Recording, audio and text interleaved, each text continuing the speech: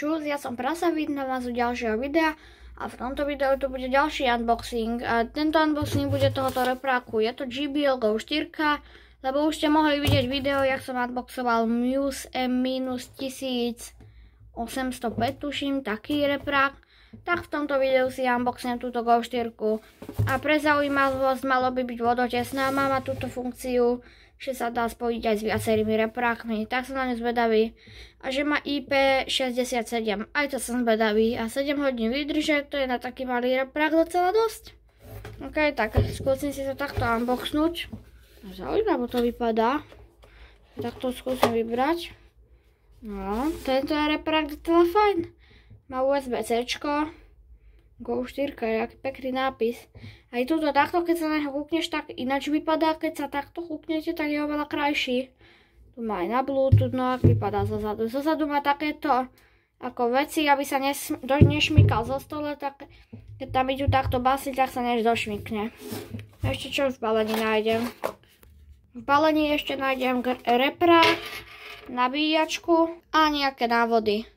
Ok, krabici už nepotrebujem, tu dám bokom a idem si kúknúť ten reprák. Skúsim ho zapnúť, tu sa asi zapína.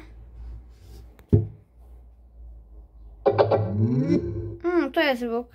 No, asi ho moc teda neprednabili. A idem si tam skúsiť niečo pustiť. Musím neviem trafiť, ok. Ok, teraz nemám ani v polke, idem na max. Dobre hraje docela.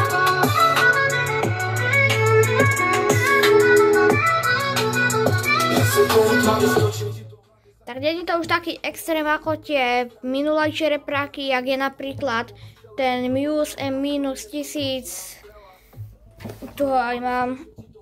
A taký zase extrém to nie je, ale na tú jeho veľkosť to je docela fajn. Tuto takto vieš si preskočiť aj hudbu. Áno. Skúsim tam dať nejaké basy, jak si s nimi poradím a na schválu nechám takto. Tak púšťam na max. Ó, tak ten naskakuje riadne, je na max. Kámo, ten ak naskakuje. On mi potom celé poskakuje.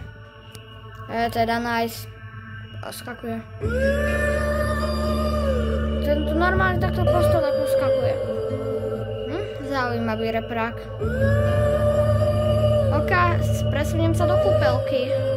No, nakoniec som si tu dal hrniec a idem ho tam skúsiť namočiť. Reprák je tu, tak pustím pesničku. Je. No, skúsim. A fakt funguje to, on pláva.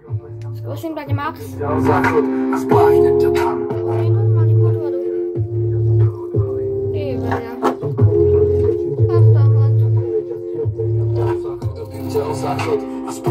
Tá voda striecha, tak to preto namočím.